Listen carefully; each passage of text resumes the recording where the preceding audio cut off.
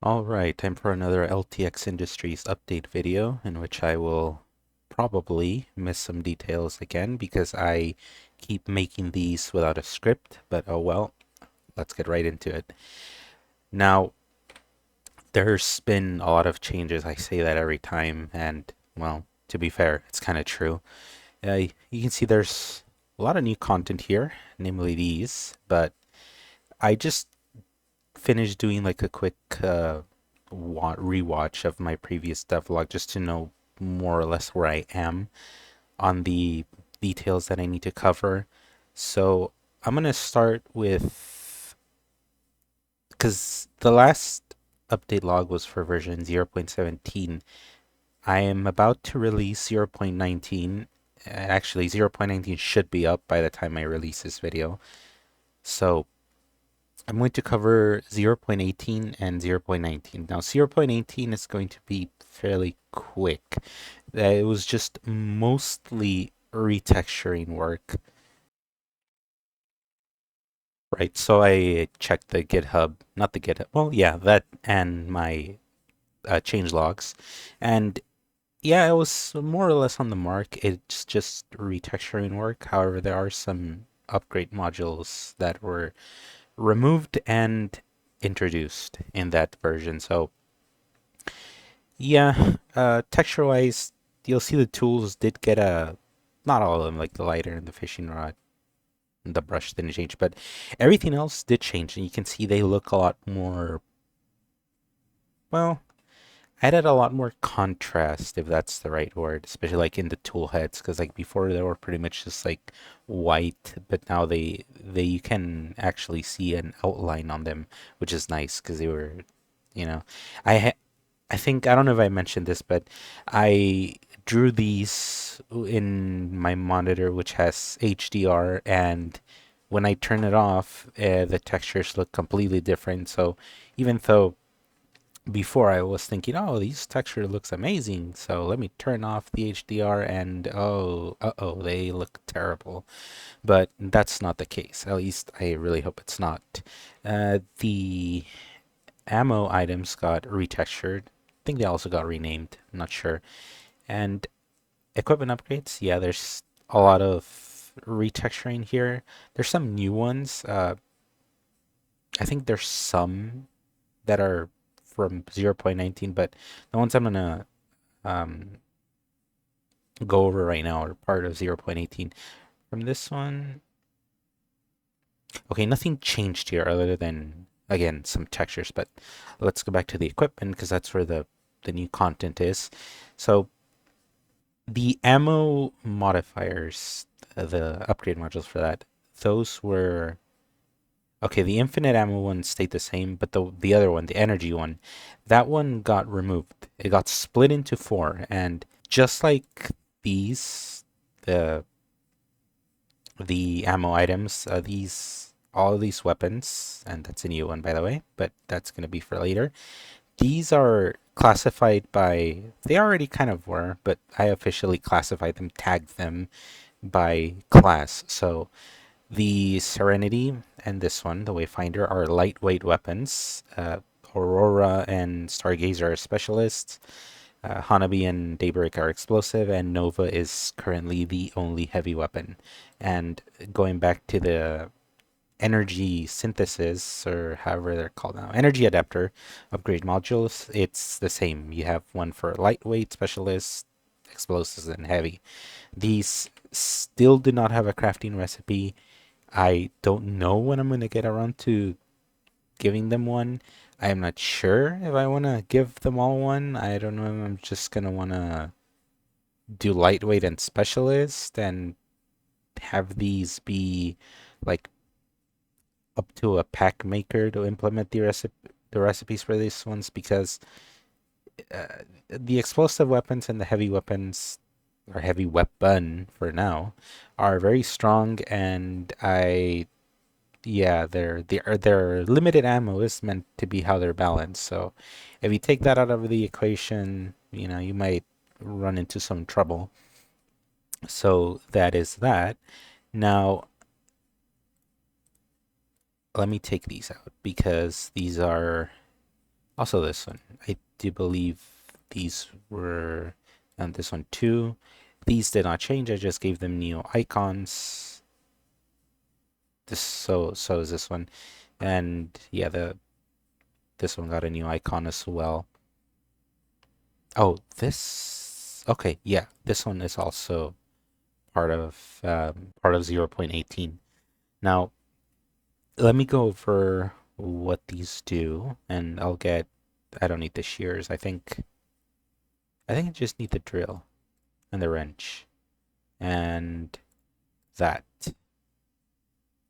Maybe maybe a machine just for good measure here.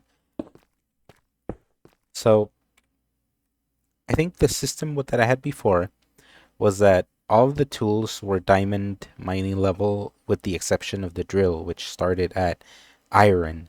Now, because I did make the recipes for the tools a lot more, I don't know if expensive is the right word. Oh, maybe it is. They're a lot more gated. It didn't make sense to keep the drill like that arbitrarily low. So the upgrade, the diamond drill and the netherite drill heads are gone, and this is now a mining, uh, not a mining, a diamond mining level by default, as are the rest of the tools. However, you can still craft this to upgrade it to a netherite mining level, and you'll see that it's now compatible with all of the mining type tools. So not just the drill, you can apply it to the shovel, axe, hoe, and the wrench is there by accident. It shouldn't be because the wrench doesn't have a mining level. So that's actually kind of a bit of a bug that I didn't bother fixing. Uh, so yeah, don't install it on the wrench because the wrench already has an unlimited mining level by default. But all the other four tools, do go ahead. Also, I imagine that you're only gonna put this on a drill because I don't think. Oh, well, no, actually, no. I missed the base mining speed tooltip there. You can put it on the other three, but it's just going to be for the base mining speed upgrade and not really for the mine level. And this didn't actually change. I don't know why I got it.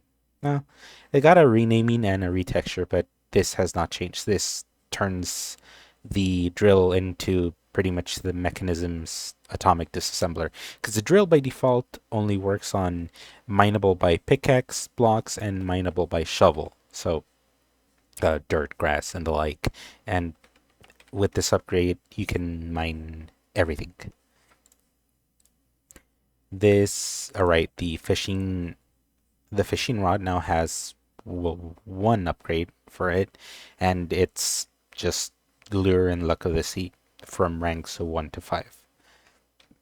I'll cover the recipes a bit. The recipes more or less follow standard vanilla guideline, not guidelines. Like the first three ranks, those are obtainable in vanilla, so you can craft them. Like the ingredients are just normal vanilla ingredients, or some of them, and the materials are like within the low, not the lower tier, like the non-exotic category of materials that you can get in my mod. Now, once you get to rank 4, because this is not something that you can get in vanilla. I mean, I'm not counting things like apotheosis, but yeah, here you start to require carbon dust, slate steel, the LTX pigment, prismarine, and then there's only to heart of the sea polymer and more of this stuff. Okay. Yes, this is new. So this is just efficiency 5. This was not here before. It is now. So you can give efficiency up to efficiency 5 for any tool of your liking. This is a big change because it's for the sword and the axe. So I don't think the sword had a default upgrade module. The axe did, and the axe it had Razor One by default. Now I was gonna I was gonna split this module, and the axe was gonna stay the same, and the sword was gonna get looting one by default. And I'll tell you why this matters in a bit. But first, let me keep going with this. I decided to not do that because I like this is one of the pet peeves, I guess you could say, I have with Tinker's constructs is that they went like so overboard with splitting everything up, and I don't know the right word for this. I don't know if false choices is the word, or forced horizontal progressions. Like everything is trade-offs, trade-offs, trade-offs, and I was gonna go down that route, and then I remembered, oh wait, I actually really hate that. So no, uh, both of these now come with this same upgrade module, and it's the same for both. It gives you Razor 1 and Looting 1. Now, why this is important, I'm pretty sure I've already mentioned this, but I'll mention it again really quick here. The way these upgrade modules works is that it's the sum of the enchantment effects. So I go back here, and what is this? Okay, Razor 1. Yeah, this one's Razor 5, and just for testing purposes, let me get, this is the looting, I believe. Right. Okay. So let me just get a weapon here. Open this up. This is already there. So it won't show up, but what I'm trying to get at here is this is 5 and this is 1. Looting 5 and looting 1. These two add up to looting 6. Now, because this equipment upgrade module is the only one that is available for both the Epsilon melee weapons and all of the other weapons, the weapons and any tool that is not the sword or the axe can only reach a maximum of looting 5. Now, the sword can reach then, and well, the sword and the axe can reach a maximum of looting 6, and the same for Razor. A Razor is a sort of beheading enchantment, but that's that's the advantage to the melee weapons now. It's not a game breaking advantage, but it is there just to give you some reason to want to use these, because otherwise you'll be like, oh, okay, well, that's a cool looking sword, cool looking axe. Why would I even use that when I have a literal laser weapons? Well, you have a reason now. There's a few more things, so and it's really quick here. Now, watching my older video, I did not see these. Now, this is the energy storage array. It's just called energy cell array. It's not anything new. It just got a remodel because it looked pretty goofy, and I think this model is a lot better. It also has this little screen in front which tells you, well, the front of the block, because before you kind of have to guess because you don't know where the front is, and that's used obviously for configuring I/O. The voltaic injector, that machine. This is just another one of the GPM general processing machines. This is just, oh, this is the other one. I think I don't know if I mentioned it. I might have, that the recomposer got split up into several machines. This is the other one that actually did end up making it into the update in 0.18.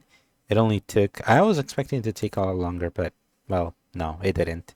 And this just has two recipes, converting light blue dye into energy blue pigment and LTX lime pigment to electric chartreuse pigment.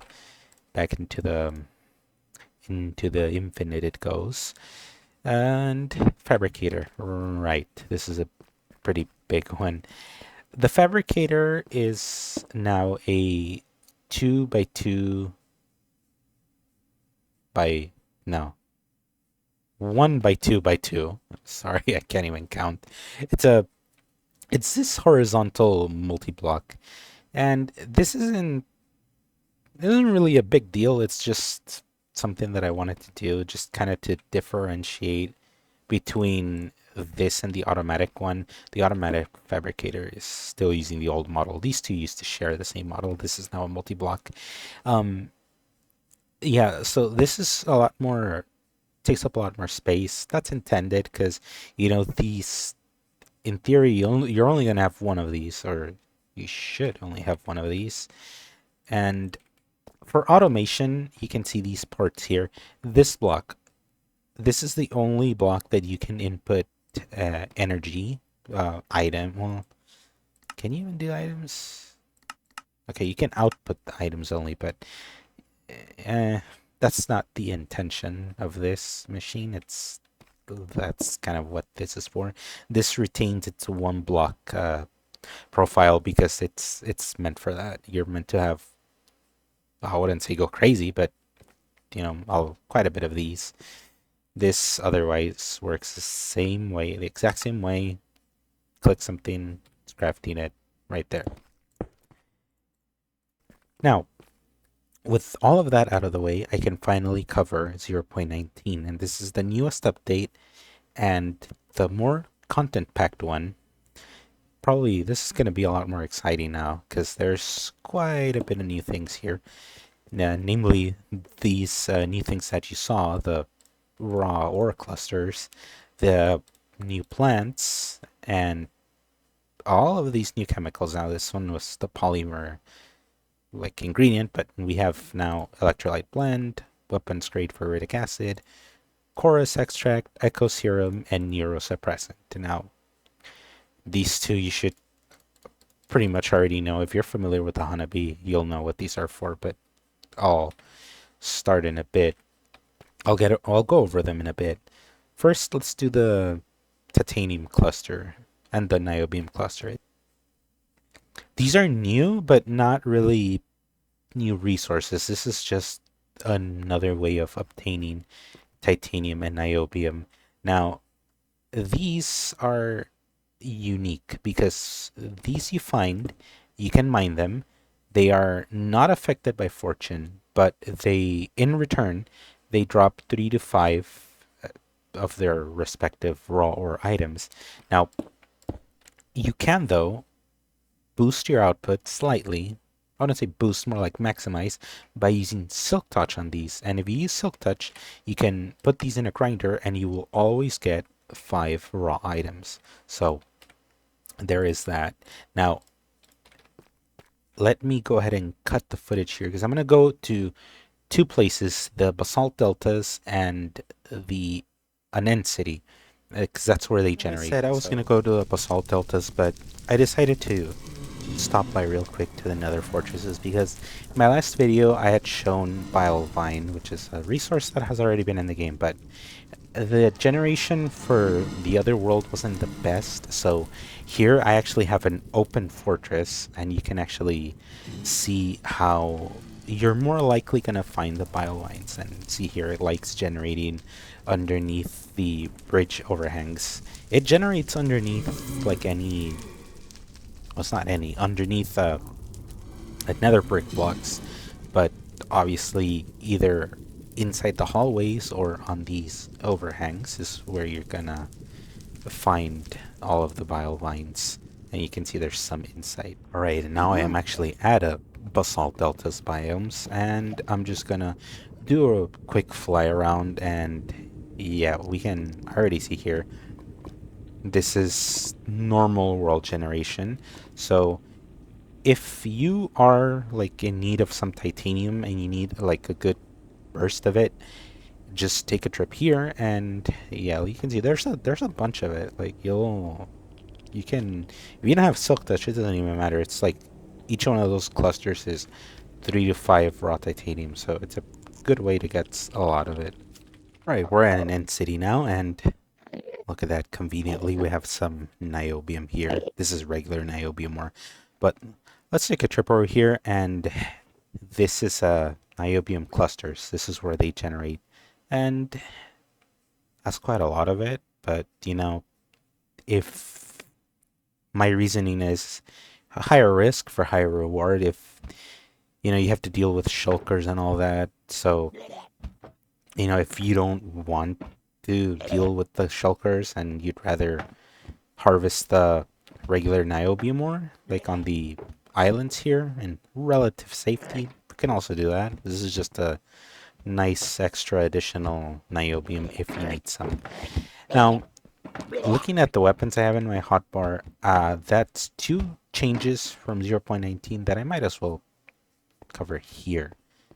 So the Daybreak had its damage split into two components. It used to deal 80 damage no matter what. Now it deals separate splash damage and direct impact damage. Now the two don't overlap, so whatever you hit directly is just going to get the direct hit damage, and it's not gonna get the splash damage on top of it. So the splash damage is 40, which is just enough to take out one of these Endermen, like right on the dot.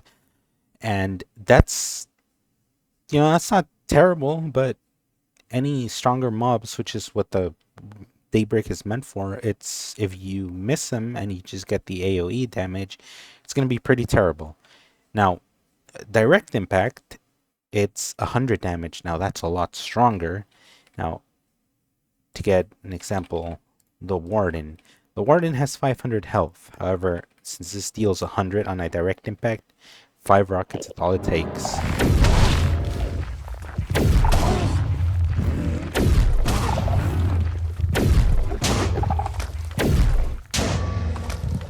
Okay. The other change, the Stargazer. The Stargazer, it had, I wouldn't call it a nerf, more like a, it's actually a buff if you're using it right. The Stargazer's base damage was, I don't know if it was 40 or 45. I think it was 45. But I lowered the base damage down from whatever it was, 45, down to 25. Now, hold on. The Stargazer now comes with a default upgrade to this one. Now you can see, if you're at least 40 blocks away, 40 meters, a block is a meter, from your target, you're going to get 25 flat bonus damage. So if it's 25 base now, you're going to be dealing 50 damages, which is already 5 points higher than it was before if you're at least 40 meters away. And then on top of that, if you are standing still and you're sneaking, you get an extra 25% on top of that. So if I'm remembering my numbers correctly, if you get these two bonuses, you're going to deal 62.5 damage, which is just a half under the Aurora, like a blast of the Aurora if all the pellets hit. And also it went from a magazine size of 4 to 5. So if you play with it right, it is now on par with the Aurora's damage output. Now, I made this change because like my balancing philosophy is more along the lines of using the right tool for the right job. Like I know some people would disagree and say it should be more skill based. For example, like mechanical skill, aiming and stuff. I won't say that's wrong. I will just say I disagree. I think there is a skill in and of itself to know when to use something. So even though you might think it's harder to hit something up close with the Stargazer than it is with the Aurora. That's true, but I think on top of that, you shouldn't be rewarded for overcoming that, because to me, you're playing the game wrong. Like you should not be using a sniper at close range. So with these new changes, you will be punished for that, not like rewarded to be like close range quick scoping or whatever. So let me get these Endermen as a test subject. So these guys have 40 base health, so it'll take 2 shots if I can just hit here. I'll go back to where I was. Now these guys are way off in the distance. Pretty sure that's at least 40 meters. So, and yeah, you'll see that they get one-shotted. I didn't do the math for the warrant. Oh, I did, but I don't remember the numbers off the top of my head. Now, remember that specialist weapons, this and the Aurora, have a 45% damage reduction against bosses, because otherwise you would just melt through them.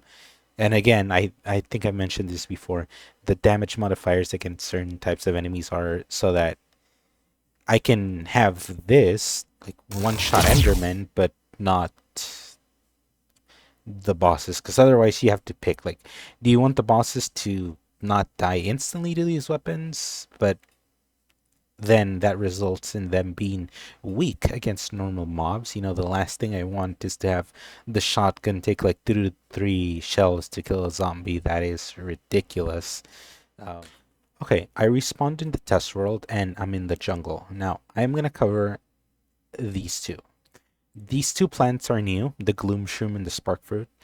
These are the spark fruit more like it, but the gloom shroom is also now part of the mod's progression. Now you saw these, right? Like these new ones. Now,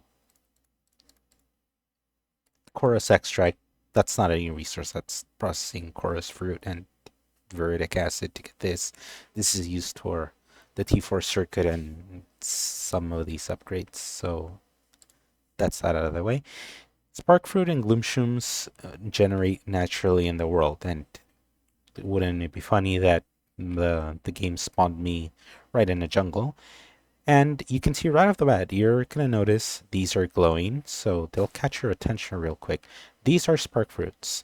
So you're going to have to do some climbing or not. I think you can they generate a lot lower too. Yeah, there's some here. So if you break one, well, it's not fully mature, and yeah, you just plant them using the item. You break it, it drops itself. Obviously, I mean creative, so it doesn't, but it'll drop just one fruit.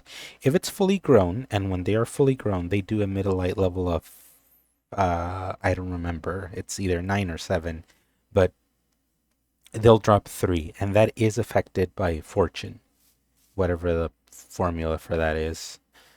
So, yeah, you're gonna want to get exploring in the jungle ASAP because, oh, sorry for cutting off. I just realized like this adds a really nice ambiance to the jungle. It's like you can read this in the guidebook, but basically my head canon, I guess you can call it, for jungles is that they're like the where the concentration of elemental electricity is at its highest. But okay, enough of that. Spark fruit, it has only one use. Put it in a grinder and you get the electrolyte blend. Now this stuff is now used to make the energy cell array, so you are gonna want to go out to a jungle ASAP because otherwise the ECA is locked behind these fruits, and you can see it's also used for the ECA upgrades, all ranks. It's used for the electric core now. Have a thematic ingredient to go with it. Oh, this is the one for the machine. This is the one for tools. My bad. But yeah, share the same icon, but this is just a new upgrade module for the handheld tools. It gives you just a bigger battery. If you're having problems with that, just make this upgrade now. And it's also used for this. Now, well, might as well jump into this one because it gave me a good transition point. This is weapons grade viridic acid. Now, again, my headcanon for this is viridic acid is a great solvent. It's used pretty much for almost a lot of the chemistry recipes in my mod. However, it's not good at being a weapon. Now, to change that, you add some electrolyte blend and hydrogen, and you get that's 8 buckets, by the way. So you get 10 buckets in total of fluid, and you get this tiny vial of weapons grade viridic acid. Now this has only one use, as you might imagine, and that's making the acid Hanabi core. And I think that's the only uses for the electrolyte blend and spark fruit. So to farm spark fruit, you are gonna need jungle leaves. So these grow like cocoa pods. You plant them, they grow fairly fast actually, and you can also bone meal these if you're actually that impatient. Just there you go. Well, we made it to the ancient city. Now, don't worry. Gloom shrooms are not restricted to the ancient cities. They generate in any deep dark biome, which I suppose that's still pretty rare, but you won't have to find an ancient city. Just need any deep dark biome. I just chose the ancient city because it's bigger, easier to fly around, and also because the slash locate command wasn't giving me much luck with a regular deep dark biome. So, and yeah, you'll see them. They stand out because their textures are emissive at a light level of, again, I don't remember, 7, I think, or 9. I don't think it's 15. Might be one of those two. So, yeah, these are, I mean, they're not that rare. You can find them growing around on Skulk. They only grow on Skulk, by the way. So, you don't need any special tools to harvest them. They're also not affected by fortune or anything like that. Now, farming them. Well, before I get to farming them, I'll show you what they're used for. These are used in only 2 recipes, and that's either you can grind them down into the neuro blue pigment, or you can centrifuge them with 2 buckets of acid, and you get echo serum and a 5% chance at a neurosuppressant. So echo serum is used to make echo shards with amethyst shards, or it's also used for the T5 circuit, some of the upgrade modules in place of this, the echo shards, which is no longer used directly, and the neurosuppressant, which is a bit grindy to get, although there is a shortcut for this. If you don't want to process however many mushrooms it is to get 8 of these that you need for the neurocore, uh, if you kill the warden with an acid shell from the honeybee, it is a guaranteed drop for the neurosuppressant. Now, that's not really a skip because, as you've seen, the acid shells themselves are rather grindy too. You need 16 of these and however many. Well, hydrogen's easy to get, but it is a bit of an ingredient check for the viridic acid because you need 4 acidic biomass to make 1 bucket, and so you need 4 berries per bucket. So I'm not gonna do the math, but it's at least a stack. I'll say that much. Um, So that's it for the gloom shrooms. Now I can get into farming them. And we're back in my world, the testing facility.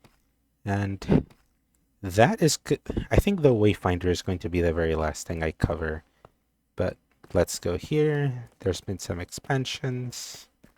This is a sculpt test room. So the gloom shrooms, right. These are a bit interesting because these are not bone mealable. They don't spread naturally. They won't grow ever, actually. So the only way you can get these to spread or to farm them is place one down and get a creeper here and just get the aurora. So I decided to integrate the skulk catalyst mechanic because these are already skulk plants pretty much. So I decided to stay in theme and also to make them a little bit harder to get than just bone meal. Let me try something. That didn't work. Yeah, it's random. Like you just gotta keep killing stuff on it until the skulk charge hits it. And there it is. When this thing, the skulk charge, I think it's called, something like that. When it passes through the mushroom and it chooses it, the mushroom has a 33% chance to spread another one in a 3x3x3 area. And it'll only grow on skulk blocks. So you already have to have a little setup here. And they will grow on water too, on flowing water. So if you are looking to automate, that is an option because let me show it actually.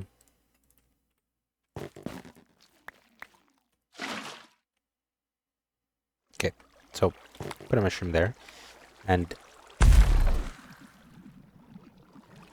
do it again. No?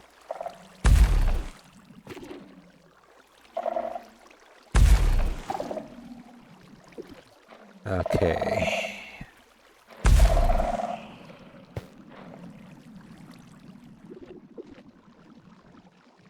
Well, this is awkward.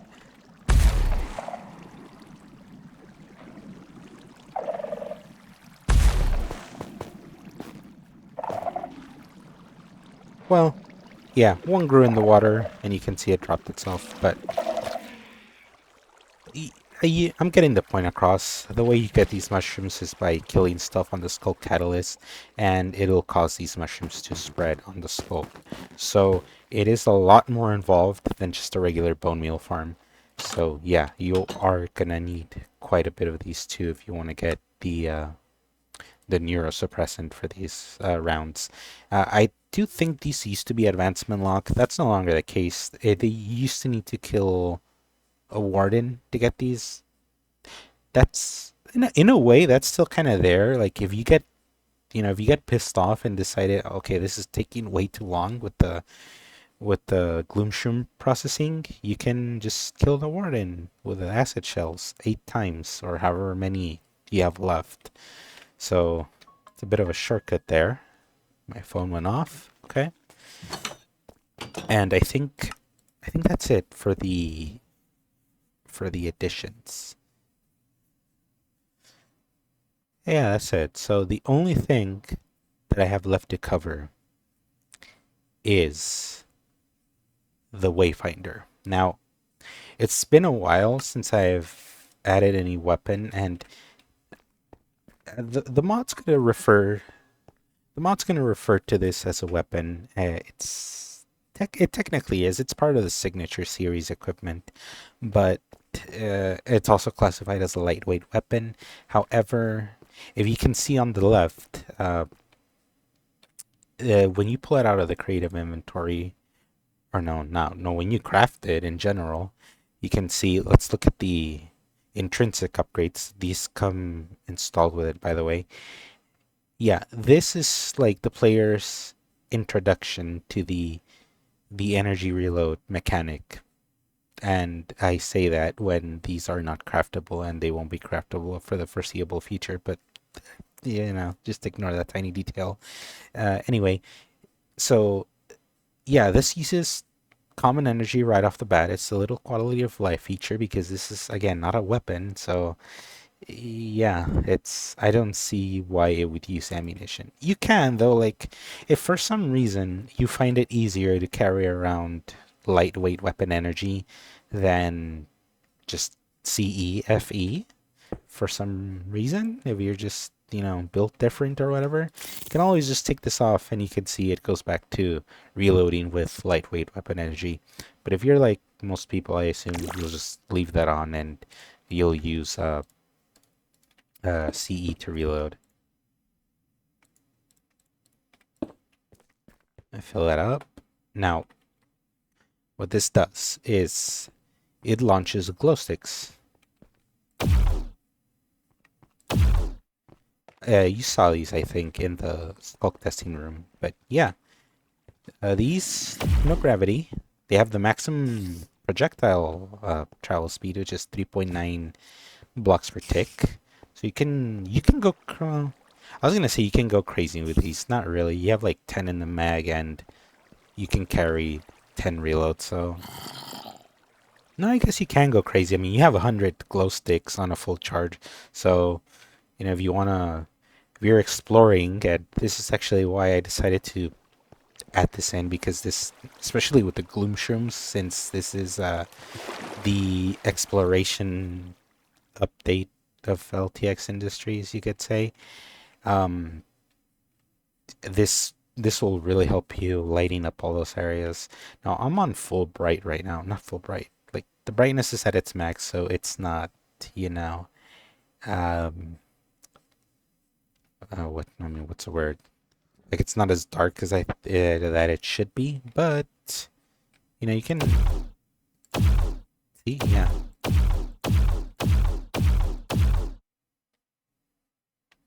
I'm just gonna leave those there, but yeah, that's the Wayfinder. Pretty nifty tool. You, it's it's fairly cheap. You just need a bit of tie, lime dye, glowstone, and T1 circuits. In contrast with the other weapons, even the the SMG, I think, needs... Oh, no, it doesn't. But, okay, starting with the Aurora, you do need, like, polymer. So you need to have that chain set up. I did fix that too because I I forgot that I had made... I don't know if I did do this on purpose, but it was just kind of like an oversight where the manual fabricator needed polymer, and I'm here thinking like, oh, let's make the recipes cheap, and so I don't have to do polymer, and not knowing that I had made the fabricator recipe take polymer. But no, I fixed that. It's just all tie now and tier 3 circuits. Now these do need quartz, but quartz, it's technically nether gating, but about as non-intrusive as it's gonna get. It really isn't that big of a deal. Anyway, I think that's it. That is everything up to this version.